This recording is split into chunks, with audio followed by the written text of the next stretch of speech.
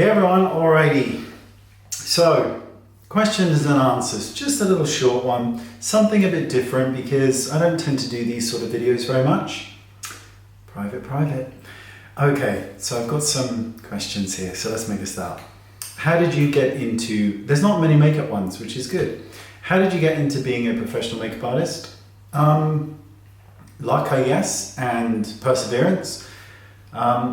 Most people know I was self-taught, and I did go to London in the end and study, but it wasn't particularly helpful or relevant, and the qualification meant absolutely nothing because it's not recognised in the UK anyway. So, it was a lot of money for not much. Then I started to apply makeup on people, as many people as I could, and it went from there really. I did a lot of bridal work, and that was really, really good. YouTube helped to a certain degree as well, but really it was just through word of mouth. A lot of bridal, brides. Best day of their life, not always the kindest day. Very stressed people, very stressed. Okay. How have you managed to stay out of all the dramas? Very simple, I'm old. I have absolutely no interest in drama in any way, shape or form. And because I'm not very prevalent on social media, I don't get involved in it. I'm quite able to post a comment and then never look at it because I have no interest in any negativity or to cause somebody else pain. As I get older, it becomes more and more important to me to be as good a person as I can. And when I see what goes on YouTube and on Twitter and Instagram, it's so repellent and so repulsive. And it speaks volumes about you as a person if you are behaving that way or engaging in that way. And I also think it's very, very sad when you see somebody behaving really, really poorly, and then you behave really, really poorly by responding to it in a really awful way, a really mean-spirited way. It's like bullies in school. If you're being bullied, it's awful, but you don't get to feel better by becoming a bully. I just have no interest in it. It disgusts me, truly. How old are you? I am 39, and in 2 weeks, I will be, 1 week, depends on when this is posted, I'll be 40. Do you still get Botox or fillers? No, I haven't had any of those done for 2-3 years, as you can tell, so I can do all of this now. The ironic thing about the Botox, in my 30s I was like, yeah, let's do it. Not once did it make me look a day younger. Not once. What it did was give me a very, very immobile forehead that was very, very shiny, like glass-like. I didn't look younger. All that was happening was I had a very, very immobile forehead and I was 300 or 400 pounds poorer each time. That money could have gone towards my future. It didn't make me look younger. Do I regret it? No. It certainly helped with the headaches and the migraines, but did it make me look younger? Not a bit. And I have absolutely zero interest in getting more. Never say never, but I have zero interest at the moment. I'm quite happy. Ironically, as I get older, the happier I become with how I look and the more at peace I am with it. What is your favorite part of YouTube? The money. I'll be completely honest with you. And I'm not on the same kind of money that a lot of people are. And I know that for a fact because I've seen their wages. But the money is good and it's the best part. Absolutely, it's one of the best parts. Coming from my background, no money, being homeless with my mother at one point. We were in a bed and breakfast that the council was paying for because we had no home. So the money part of YouTube is absolutely incredibly one of the best parts. The other really interesting part is to be able to communicate to a bigger audience. And when you do videos that are kind of like the how-to ones and things like that, and people comment really positively, that's really nice because you think then that you're actually saying or doing something that's making somebody's life easier or better, or they're just explaining something and they're able to get it. So that's a really beautiful part of my job. But the money, it's good, so that's great.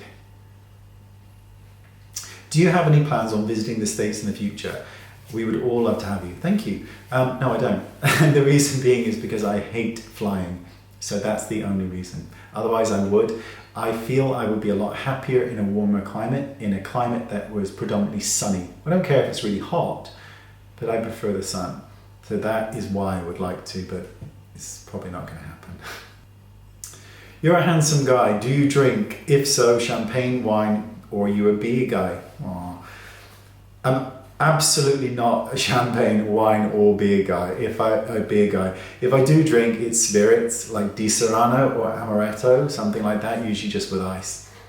I'm not a really big drinker.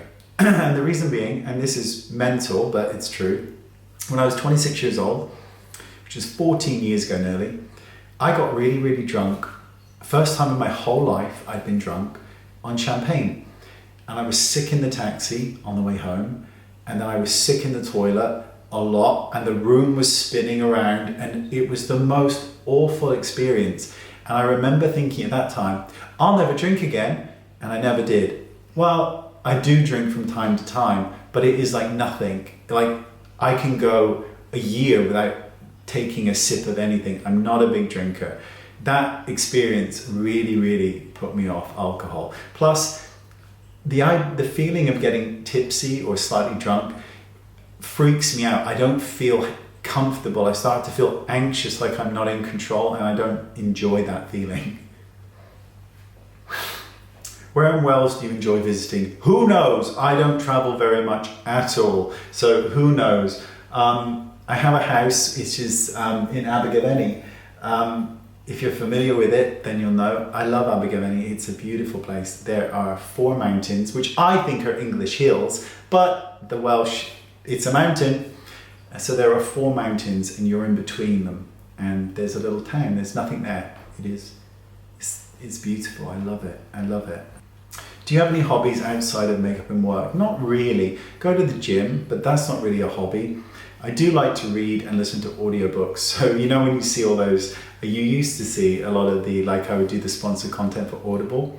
I listen to Audible. I listen to audiobooks all the time. When I'm driving, it's an audiobook or a podcast, or when I'm here, I'm reading. That's my hobby. I love reading. Okay, how about your urinary symptoms? I worry about your health. Thank you. I stopped taking everything. So even the medication that I was given, I stopped taking it because it was making me feel very, very unwell. I just stopped taking it all, everything, including all the vitamins and everything, just stopped. And it's felt a lot better since I stopped doing anything. When I get stressed, things get really bad down there. I start to pee a lot. I just am going all day long. But stopping a lot of everything helped. I found certain things that can be quite irritating. Vitamin C is very irritating to me in my system, but yeah, I'm okay at the moment. Thank you. Thank you for asking. Poached or fried? Poached. Ooh, fried. Always fried. Poached. Oh. What drives you nuts? Comments, right? Something you could Google. Instead you say, can you explain when you could Google it? That drives me mad. Don't do that, just Google it. What are your brushes made from? I've already said, why are you asking? You know what they're made from. What is this product? What is in this ingredient? I've just told you them all. That drives me mad. The things you could Google that you don't, that's just, why? Okay. Greetings from Dorset. Being from the southwest and now living elsewhere, do you miss the countryside and not living down, and any memories from my neck of the woods? Best wishes, my lover, which is a Dorset saying. Now my lover is a Somerset saying, and Dorset is in Somerset for those of you who are not familiar. And I'm very familiar with Dorset. I went there many, many times as a child.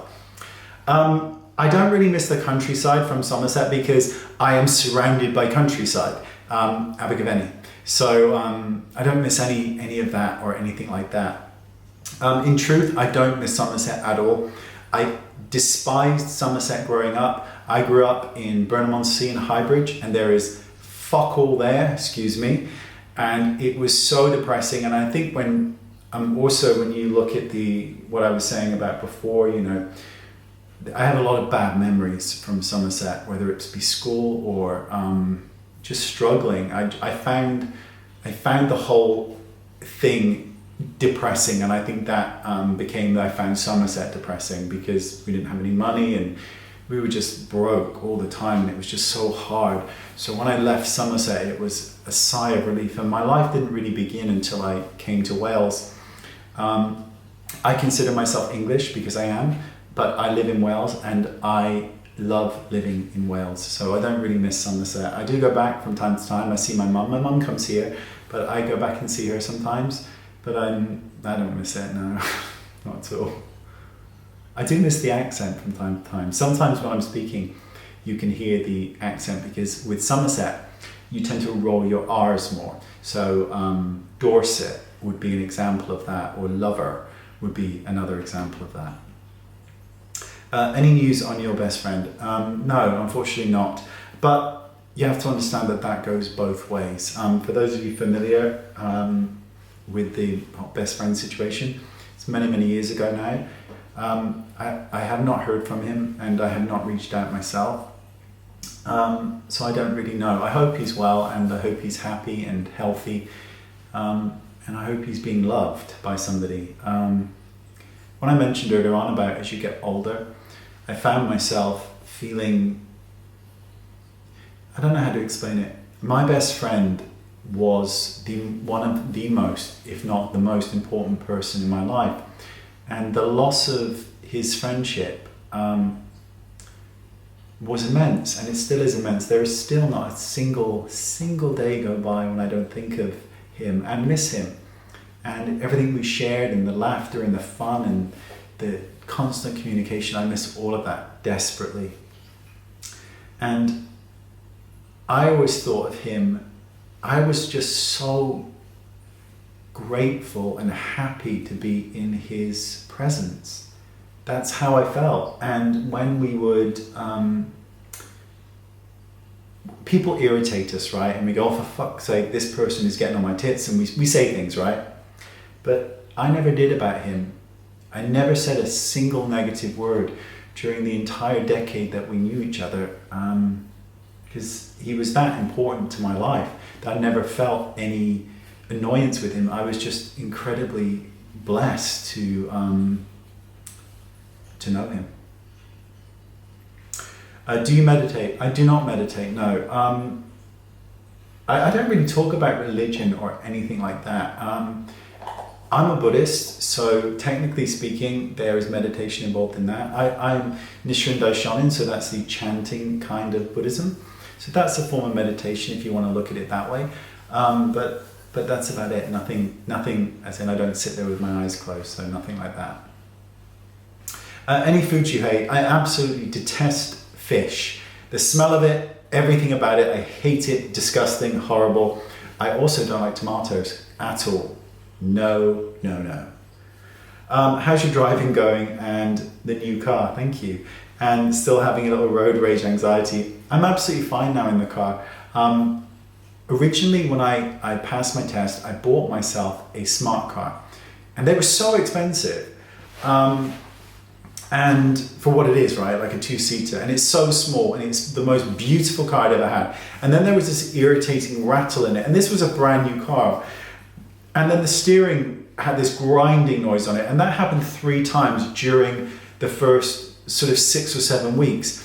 And Mercedes, who own Smart, they were so unhelpful and so ridiculously unpleasant that I was like, and decided to go elsewhere. So I sold that car and bought a Mini.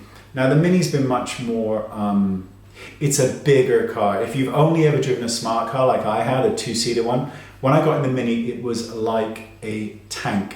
And the first thing I did was scratch the alloy that very night, and then I managed to scratch, so every single alloy now on my car is destroyed. Not destroyed, but and they were so expensive. I bought these beautiful ones, and they were so expensive, and it hurts me. But I feel better on the motorway in a Mini as opposed to the Smart car, absolutely, but I do miss it. What is your favorite movie and why? I don't really know if there's a favorite one, but I have a soft spot for vintage classic. So Pride and Prejudice, I just adore that film. Jane Eyre, particularly the new one, I love it. It is so lovely. Sense and Sensibility is very, very nice. I love Jane Eyre. I love Pride and Prejudice. I love the film Easy Virtue, which is so good. It's very funny and it's very sweet and it's very kind. There is another one that that I really, really love. That's part of all that classic, and I can't remember it, which is distressing. So I liked all of that. So yeah, I tend to like those sort of films. I don't know why. I think it's the vernacular, the way that they use language back then to express love and emotion. I find that much better than just the crassness of the way we speak now. What do you hope to be doing in 10 years' time? Love you. Love you too. I don't know, this hopefully, but there is stuff coming towards the end of the year, and it's still in its fruition stages at the moment, and it's been an ongoing process now for a long time. Not because of getting things right, because those things are already right. It is just this slow, laborious process, and I can't really speak too much on it, but I'm hoping that you will love that. For what it's worth to anybody that cares. When all my makeup brushes, they are designed by me and they are made in Japan and they are financed by me with my money. And I used every penny that I'd ever saved to start this collection, and then a loan. And when they were sold, I repaid the loan, and then on the next round, with the profits from that, I had the name lasered on because I couldn't afford it the first time around, so they were hot stamped, and the hot stamp looks more beautiful, but it can scratch off. The lasering can't. So that's what I did. But since then, I've never spent a single penny of the profit because I knew that I would be using it in future for something else. And this something is coming, and this is, again, it's self-funded by myself. There's no agents, there's no anybody else involved. This will hopefully be out at the end of the year, but it's very exciting and scary and worrisome because there's no one to help you, but it's good. Do you ever speak to your birth mother or father? I do. We don't speak every day or month or year or anything like that, but I went down, my real mother spoke to me or texted me on Christmas and asked if I was coming down to see my mum, and I said yes, and she said, well, would you fancy popping in and seeing us? So I did, and I brought my mum with me as well, and it was very nice, and it was all very nice and very friendly. There's no animosity, there's no bad blood or anything like that. They're very nice people, but we don't call each other every day or anything like that, not because of anything bad, we just don't. I have 4 brothers, don't really communicate with them, not because I dislike them, because it's just the way that it's been, but we do talk. What is your guilty pleasure TV show? It's so ridiculous. It's the Housewives of everything, right?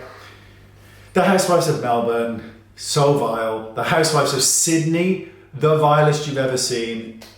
I just love all of that trash because it's so far removed from my life and my reality and how I live and how I would speak to somebody. So I find all of that stuff, really amusing. I was trying to get into the TV show Hannibal, but it was just getting on my tits because it was like, oh, look, another ridiculous, pretentious dinner party. So I've given up.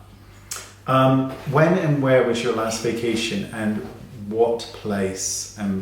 So my last holiday, vacation, anything was 10 years ago. And that was to Spain, and that's the last time I flew. I haven't done anything since because I've been working and I wanted to build up my business. I wanted to concentrate on the brushes and build that, and then hopefully at the end of the year build other stuff. So that's pretty much why. This is a very long video, so I do apologize. And that's pretty much the end. Oh, what is your favorite song? I don't know. There's a song by Sarah McLachlan and it is called Full of Grace. I love that song. It is so deeply sad and beautiful. So if you want to listen to it on YouTube, you probably can. I believe it was played in an episode of Buffy or something like that, or Angel, I don't know, I've never watched them. But It's a beautiful song. So I'm very, very fond of that. I listen to it most weeks. There you go. Thank you so much for your time, and I'll see you all soon. Bye bye.